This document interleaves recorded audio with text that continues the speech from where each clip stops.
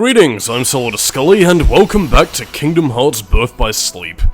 Deep Space is finished, and now we pretty much only have one Disney World left. Yeah, we forged a dealing with Stitch, and, that's pretty much all she wrote, really. Neverland, and, if there is anything I can say before lengthy cutscenes are upon us, well, yeah. In terms of how Birth by Sleep scales its difficulty, I'd say throughout most of the game it does fairly balance itself relatively well. I mean, you might get a bit of trouble when you hit Deep Space. Then when you hit Neverland, though, the difficulty manages to spike rather to an extreme degree, to the point where I wouldn't recommend going after this level until you're at least level 40. And that's only if you want to clear it comfortably. On another note, thanks for that gratuitous panty shot, Tinkerbell. I don't even know if fairies technically have an age of legality, but yeah, doesn't matter how ancient of a being this creature is, it's, rather disturbing. And, that's doubly disconcerting considering that this is Disney. Family-friendly fun for all, kiddies!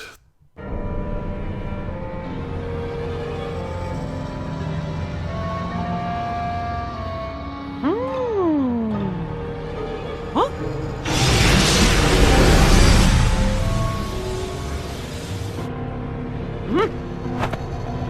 Move it. Tinkerbell? He ain't moving. Let's try kicking him. Who are you? Name's Ventus, but everybody just calls me Ven. Huh. Guess when I sat down to rest, I must have fallen asleep. But where'd you come from? Well, you see... All right, we're going. So long, Ben! Hey, where are you guys off to? Tink saw a shooting star, and we're gonna go hunt it down! A shooting star? You mind if I come along? Of course not. But you gotta agree to follow us. Yeah, it's, right over... that way, by the Indian camp! Ready, men? Forward, march! Yay!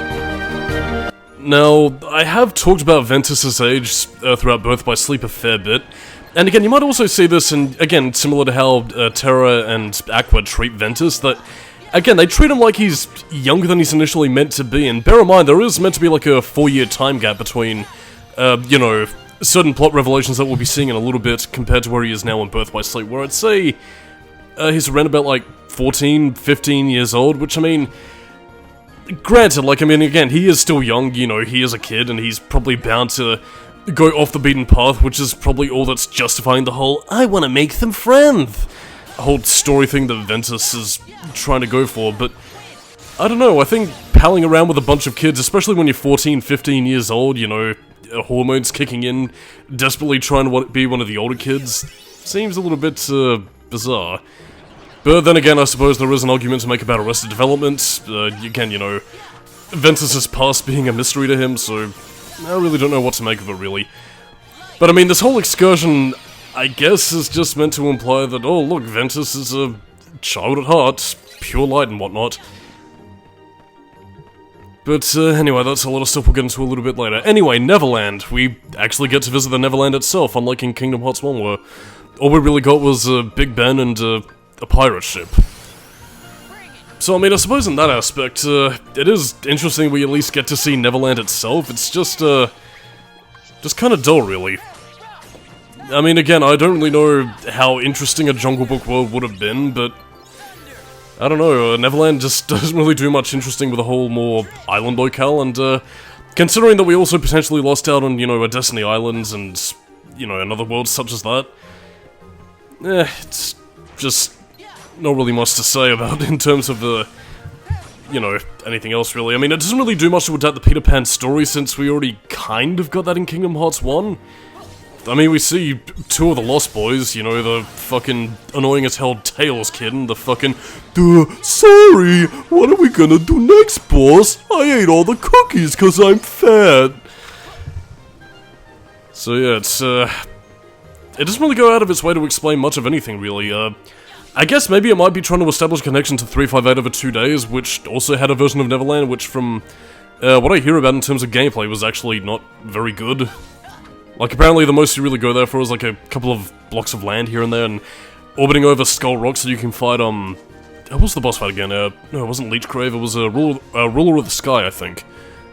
Or was it from Acrobat? Whatever. I haven't played 358 over 2 days, obviously.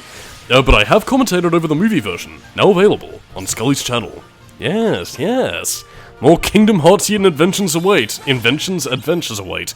Well, whatever. Neverland, children who never grow up, and also never learn proper pronunciation, like that fat fuck who's like, duh, sorry, we gotta find the shooting star. It might have more cookies. But yeah, Stitch's D-Link is actually rather useful as well, and I am pretty much showing it both in its initial stage finisher, which is pretty much, you know, shooting at a laser blast, which isn't really too useful. But then there is another finisher when you fully level it up, which basically turns this whole thing into fucking Guitar Hero, so yes indeed, it's Kingdom Hearts Guitar Hero. Is it possible? Oh dear. Yeah, by the way, we also have tertiary swimming controls, which isn't technically swimming, you're more or less just bumbling about by pressing the circle button to swim a little bit faster, and I guess to once again talk about the combat, again, if you're not going out of your way to command mode, this is a way to get some of the more powerful abilities, and also possibly your first elixir. But in terms of anything else though, like, I believe around here is where you get Fission for Augur, or some of the other abilities, but yeah, again, if you're going this far in the game without command melding or really investing in that system, it is possible to play through the game just fine without it, but at the same time though, given the whole leveling situation, even with command melding, you're still gonna find enemies pipping you and kicking your ass every which way and sideways, so it is why I recommend to be at least level 40 by the time you get here. And I mean, I did do a significant amount of grinding for fucking Birth by Sleep on all characters, mind you, so again, this applies to all characters. Again, you don't just have to do that as Ventus, you have to do it as Terra and Aqua as well, and sweet crispy Jesus flame grilled to perfection. It gets a little bit tiring, it does. And I mean, in terms of design, I mean, obviously there are pathways blocked off depending on which characters are going where or what story events are going on at the time being. In Ventus's case, it's pretty much going, yeah, I gotta find a shooting star, regardless of what it might be. Although, I mean, I suppose he could possibly interpret that as being like, a shooting star, hey, could Mickey be here or something? But even then, that's a bit of a stretch, and I mean, it's not like he saw Mickey arrive or had any indication that he might have been here. Yeah, but I don't know, who knows what the mysterious masked boy whose name that I potentially spoiled in a previous part might be doing here.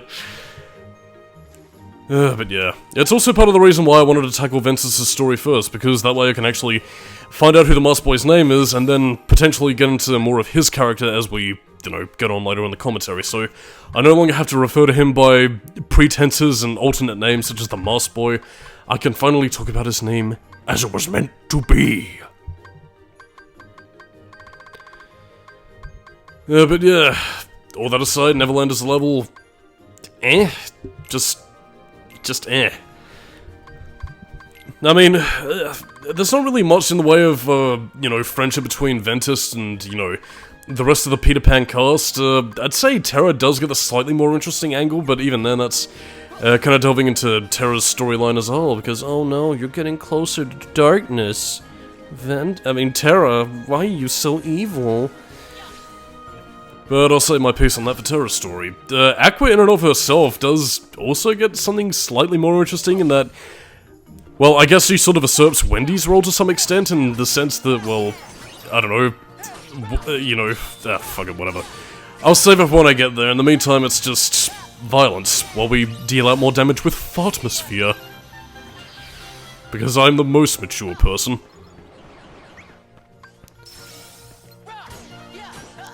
Yeah, I mean, in terms of what enemies really have to the name, their health is buffed up a little bit more, damage is increased, and I guess maybe they wanted to make it a little bit more noticeable here for it being the final Disney world before anything else, because shortly after this world, all we pretty much have, by the way, this is Stitch's first level D-Link finisher. Yeah, all we really have is, well, a couple of more cutscenes, then pretty much the final world of the game for each character's story, so... yeah, there's not really too much to say at this point, so it makes it a bit of an underwhelming final Disney World. Peter Pan! Who do we have here? Never seen you before. I'm Ventus. Call me Ven. Well, if you say so. Tension! Now then, men, I don't suppose you'd want to capture some real pirate treasure? Real pirate treasure? Sure! Well, guess who caught sight of Hook right when he was stashing his treasure? What do you say we sneak in and grab it? Oh boy! Let's go! Ow! Oh!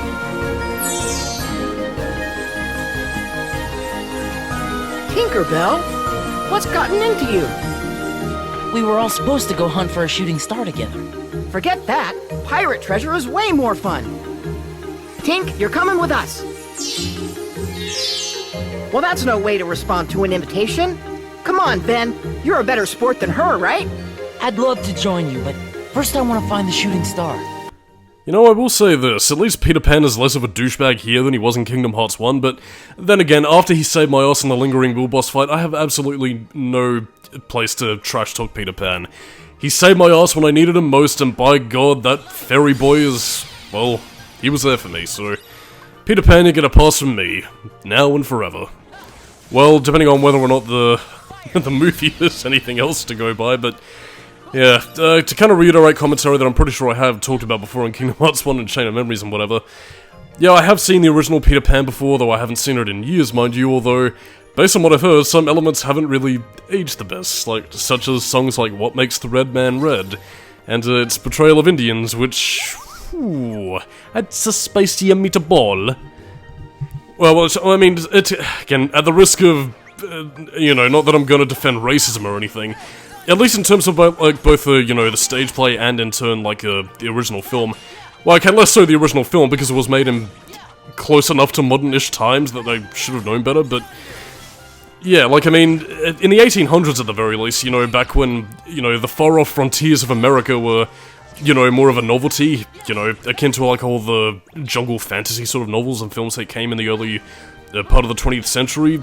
Again, I can see why stuff like that was seen at least as slightly acceptable by those time periods, because, again, like, I mean, those sorts of cultures in different parts of the world were aspects that people just hadn't seen before. And, I mean, as such, it was both interesting to explore from a novelist perspective, but it was also, I don't know, so visually different that it was sort of treated like, kind of in a similar vein to how horror movies were treated in the early days, where again, like, it was a cavalcade of strange sights and mystical things, but don't worry, by the time you left the cinema, those horrors pretty much stayed there, but yeah, kind of a similar thing with how a lot of people treated culture, really. Not very understanding in those days, which is problematic in its own right, but yeah, no, well, neither here nor there in this case.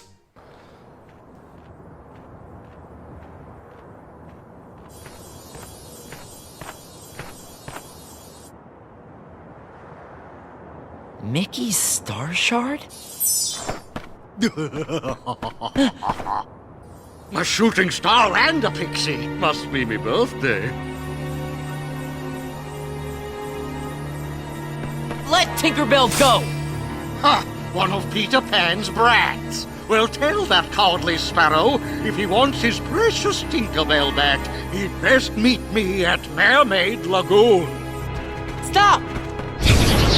Scram! Oh no, the evil characters are here, guess I gotta run away and do a plot thing while we do gameplay. But yeah, this is also one of the more unique Disney worlds in the kind of similar vein to the Hercules world, actually, where, yes indeed, two characters are here at the same time. Yes, can you guess who's working with Captain Hook? It's Aaron Cash. Yes indeed, the guard from Arkham Asylum, teaming up with his namesake. And both are afraid of crocodiles. Fitting, yes indeed, because I believe at this point Batman Arkham Asylum should at least be starting at this point, or if not, already a fair way through its life cycle, so yes, yes. Talking about similar games that I'm doing at the moment.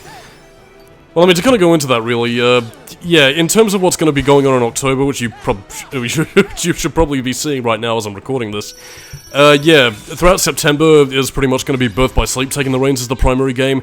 And then throughout October, because Batman is at least slightly horror-themed, well, as close as I can make it, really, yeah, Batman Arkham Asylum will pretty much be taking the main Monday, Wednesday, Friday slots, so... yeah, Birth by Sleep goes on the back burner, and then it'll pretty much flip back until Arkham Asylum is finished.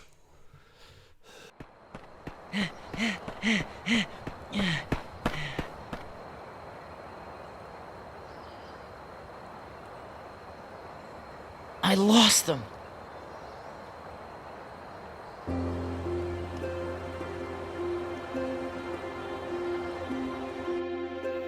You ever wonder what stars are?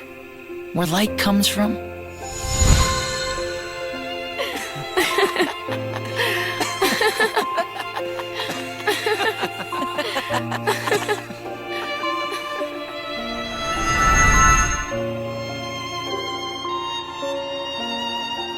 Look out below! Peter, help! Tinkerbell's been pixie-napped. Then I'm too late. Hook's gonna pay for this. He said to meet him at Mermaid Lagoon. Gotta be an ambush. Huh, that old codfish thinks he's clever. Hey, I'm going too. Well, we have to hurry. Can you keep up? You bet.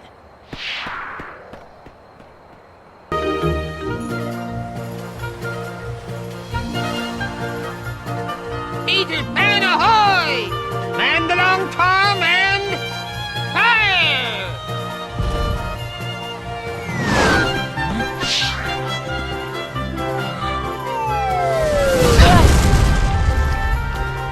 Cannon fire? Where's it coming from? On the water! Over there!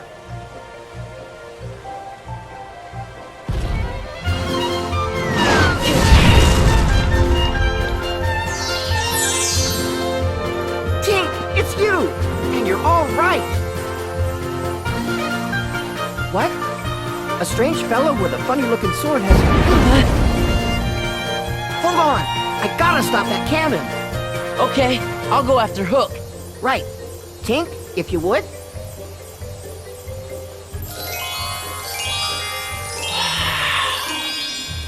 What?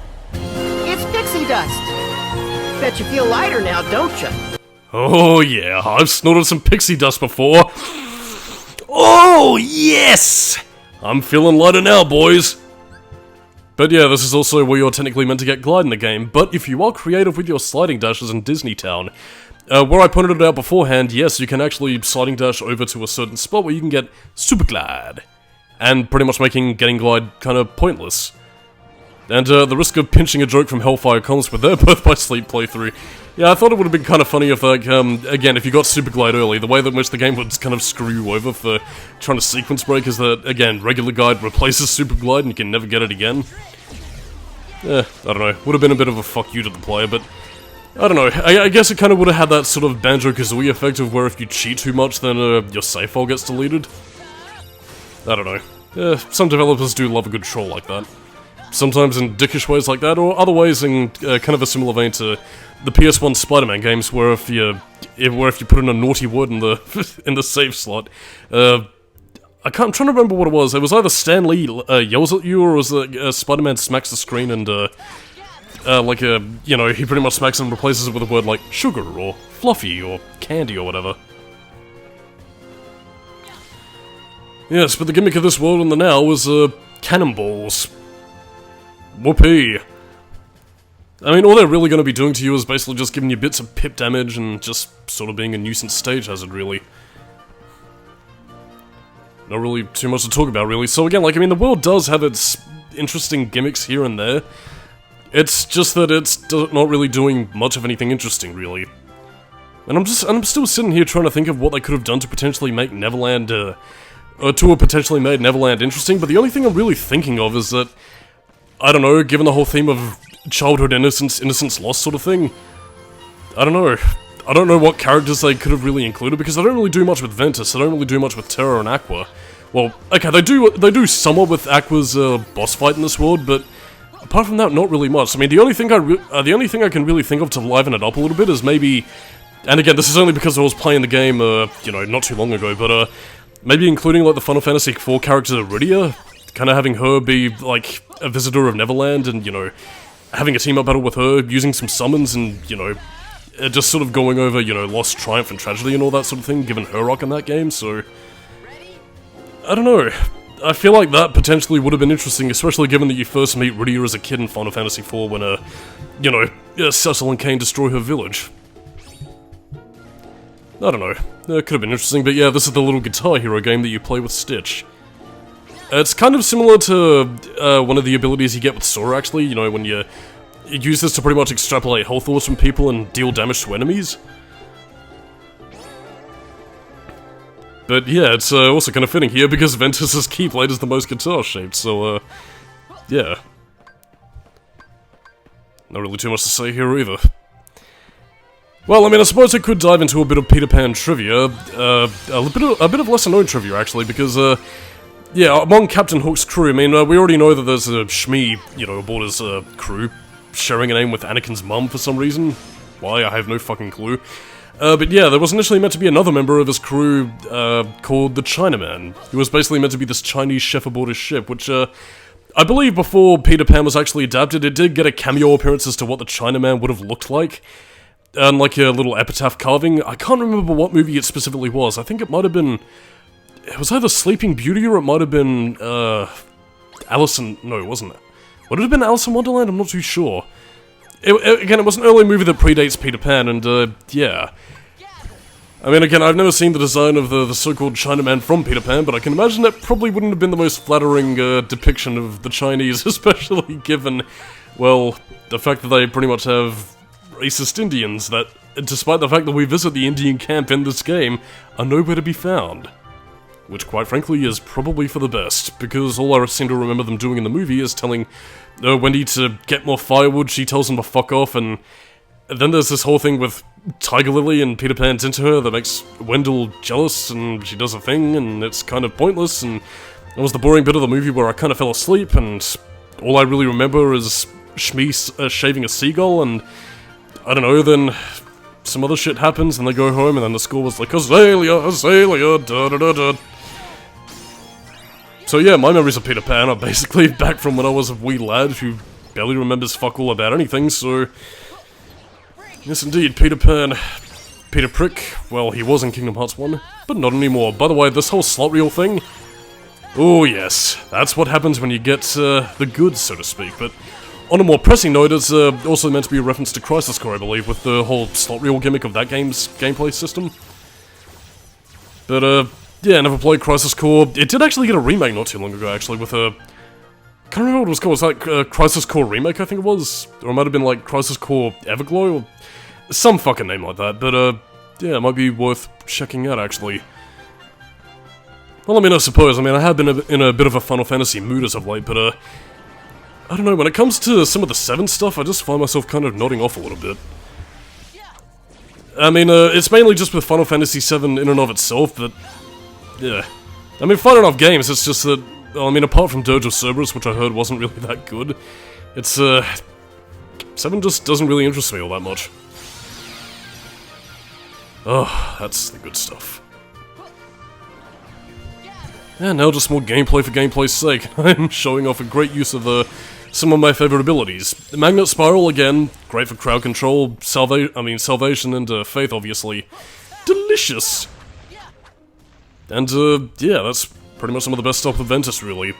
Some other choice abilities in terms of what we have as Ventus. Wind Raid, pretty good. Spark Raid, excellent. Again, I don't really have many complaints, actually. Well, we can show off Sky Climber again. I suppose we might as well talk about a little bit more trivia since we have the time. In terms of Peter Pan in and of itself, it actually does have some big significance both with the original story and the Disney movie because, yeah, the first play that Walt Disney ever saw at the age of 4 years old was in fact Peter Pan. So, I guess completing this movie was something of a childhood dream for him, but yeah, it's quite heartwarming in that way. I don't really want to exhaust all my Peter Pan tangents because I gotta save it for Terra and Aqua's story, but Yeah, the one problem with Sky Climber, you can't really descend to the ground very easily, you have to sort of wait until he gently floats down, and by the way, I won't be showing it off as Ventus, but there is actually a secret passageway off if you jump onto the palm tree and off to the other area where you can get some, additional treasure chests. And I will give this to the level design. There are a few nooks and crannies here and there with that in terms of Skull Rock, actually, which we're approaching right now. So, I'll see you then.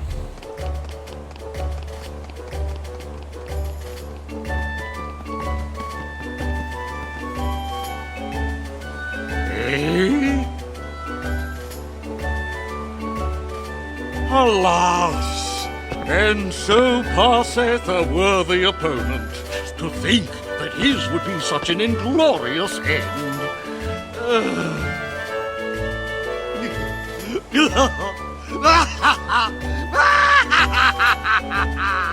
At last that scurvy brat will never trouble me again. I wouldn't be so sure of that, Hook. Swoggle me eyes! No, don't tell me!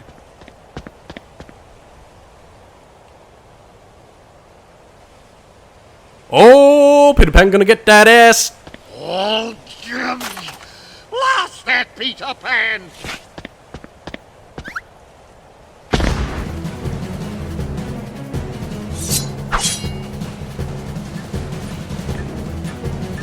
Oh, that sound! No, not again! Stay away from me! I don't think so. Oh yeah, let's bully some guy who's suffering from post-traumatic stress disorder with a crocodile. I don't know what happens if you stay in the lake too long with that crocodile prancing about. I'm guessing it deals damage to you, but it's interesting. Anyway, Hook can be a bit of a pain in the ass. I mean, yeah, he's a decent swordsman, despite the fact that he faces off against a fairy boy his entire life, but yeah, he throws out presents similar to his Kingdom Hearts 1 and Chain of Memories battle, and yeah, so long as you have your abilities about you and have liberal use of Fartmosphere, you should be okay. Although, for whatever reason, I'm thinking back to the boss fight of Medieval Resurrection when you go off against, it wasn't Lord Kardok, it was the fucking, the ghost pirate that you have to launch cannonballs at while he walks side to side. Yeah, it was a bit of a pish boss fight, but anyway, a better showcase of Wingblade. Sort of. Yeah, basically, Ventus wields telekinetic blades that he can use to attack people. And one of the finishes of that is basically him tapping into his inner Virgil, right here, actually. Well, okay, he doesn't stab Captain Hook with it as Virgil would with his summoning swords, but, it is interesting. And again, I do quite like telekinetic swords as an attack. They need to be used a little bit more often, really, but, yeah. Just be sure to block and you should basically beat Captain Hook quite easily, really, so, yeah. You don't really need to worry about, status buffs or summoning attacks like this, really, unless you want to really cheese the guy. So yeah, that's pretty much all she wrote for Neverland. Woohoo.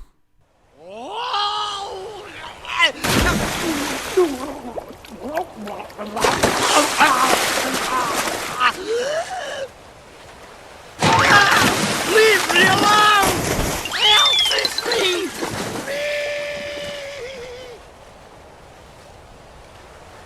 Ahoy! Look what we brought!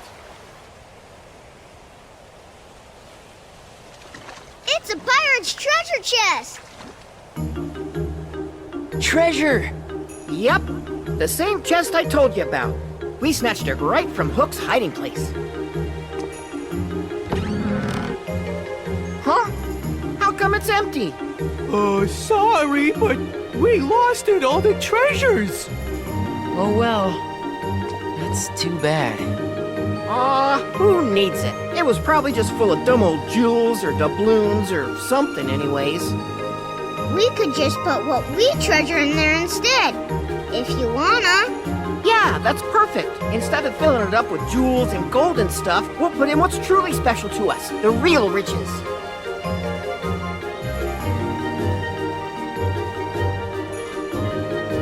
What are you putting in, Ben? I don't know.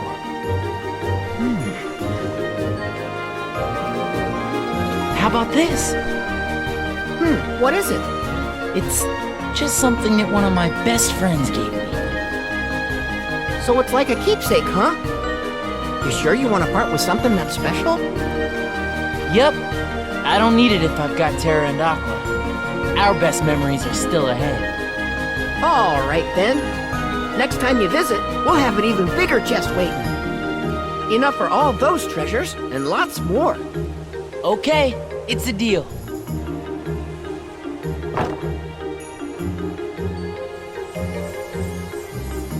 Oh, wait, Tink. I'm pretty sure that belongs to a friend of mine. Do you think maybe I could hang on to it? Now, Tink,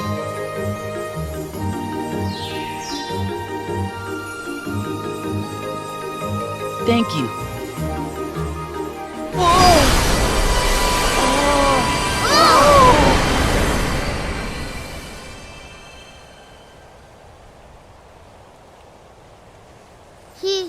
He's gone. Look, the light!